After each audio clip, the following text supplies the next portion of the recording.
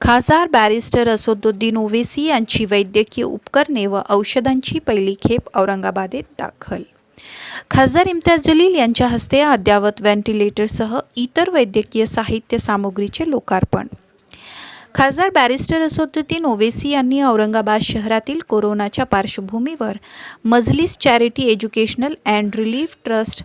Access foundation अंतर्गत अद्ययावत ventilators, oxygen concentrators, thermometer,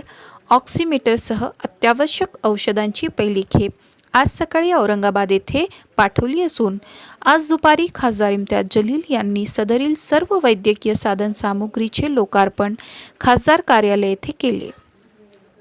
MIM पक्षाचे राष्ट्रीय अध्यक्ष खासदार बॅरिस्टर असदुद्दीन ओवैसी हे गोरगरीब जनतेला या संकटकाळी वेळेवर वैद्यकीय मदत मिळावी या उद्देशाने हैदराबाद येथून Covid helpline and oxygen bank चालवत आहे.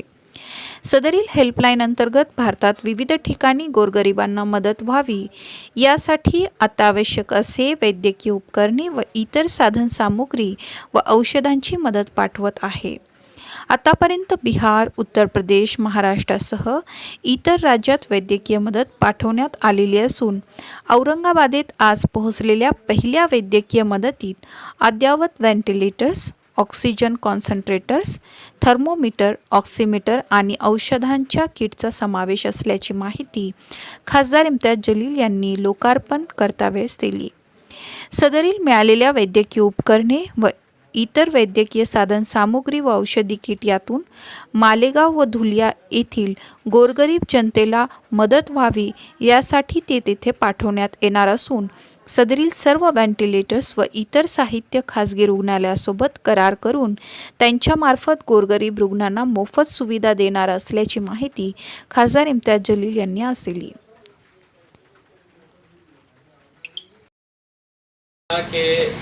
चलते हुए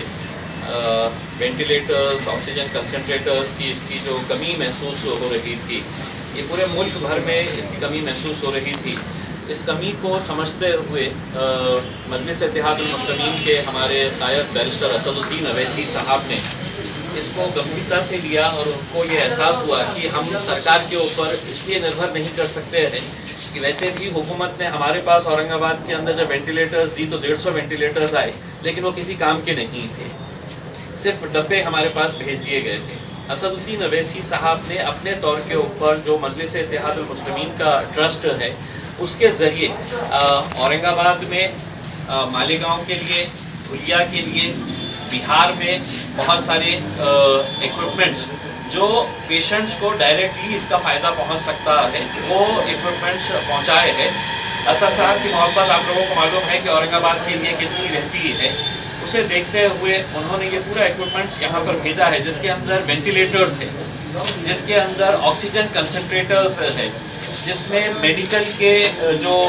ऑक्सीमीटर्स होते हैं वो ऑक्सीमीटर्स है, थर्मोमीटर्स है, थर्मोमीटर्स के साथ साथ जो मेडिसिन का किट है, जो एक पूरा किट जो है ये अगर हम कोरोना के किसी पेशेंट को अगर देते हैं तो उसको थोड़ी सी डॉक्टर की सलाह लेके इसका पूरा फ़ायदा उसको पहुंच सकता है. उसको जाकर है तो ये मेडिसिन ख़रीदने की ज़रूरत नहीं पड़ सकती है, क्योंकि आज गरीबों को मेडिसिन ख़रीदने के लिए भी कितनी तकलीफ़ों का सामना करना पड़ रहा है ये आप अच्छी तरह से समझ सकते हैं. तो ये इक्विपमेंट्स का इस्तेमाल हम किसी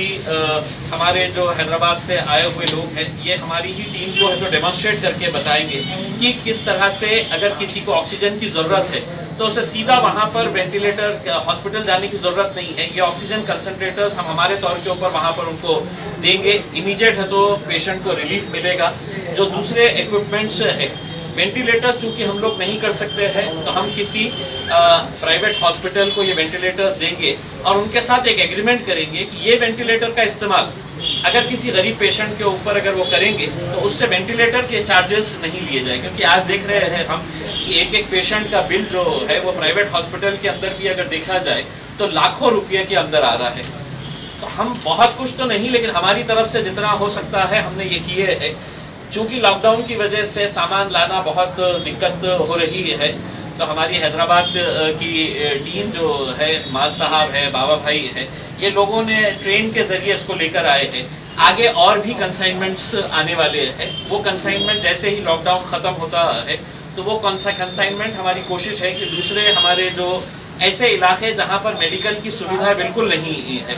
तो वो सुविधाएं हम वहाँ पर देंगे। हमने देखा है कि ये कुछ लोग कहते हैं कि सरकारी अस्पताल के अंदर हम सरकार को इसमें से कुछ नहीं देने वाले हैं, क्योंकि सरकार की अब आदत पड़ गई है कि लॉकडाउन कर डालो, कोई ना कोई तो हमारी मदद करने के लिए आ जाएगा करके। हमने हॉस्पिटल की दशा कैसी है ये सभी लोग देख रहे हैं, तो हम लोग किसी प्राइवेट हॉस्पिटल के साथ ही ये टाई अप करके ये लोगों को ज़्यादा से ज़्यादा इसका फ़ायदा किस तरह से हो सकता है, उस इरादे से मैं औरंगाबाद, मालेगांव, धुलिया,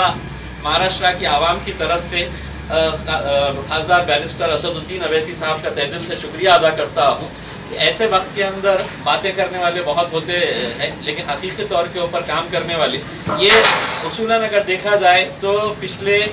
2 महीने से जो असद साहब की कोशिशें थी कि कैसा ये इक्विपमेंट जल्द से जल्द प्रोक्योर किया जाए, लेकिन आपको ख़ुद को मालूम है कि पैसा देने के बावजूद भी ये बहुत मुश्किलों से इक्विपमेंट्स मिल रहे हैं, क्योंकि इसकी डिमांड इतनी ज़्यादा हो गई है। तो असद साहब ने हमसे ये कहा है कि मैं पहला कंसाइनमेंट भेज रहा हूँ, उसको जितने ज़्यादा लोगों तक इसका फ़ायदा पहुँच सकता है वो फ़ायदा पहुँचाने की कोशिश करें। तो मैं तमाम लोगों की तरफ से इमाम पार्टी के हमारे प्रमुख बैरिस्टर असदुद्दीन अवैसी साहब, अकबर अवैसी साहब का तहे दिल से शुक्रिया अदा करता हूँ।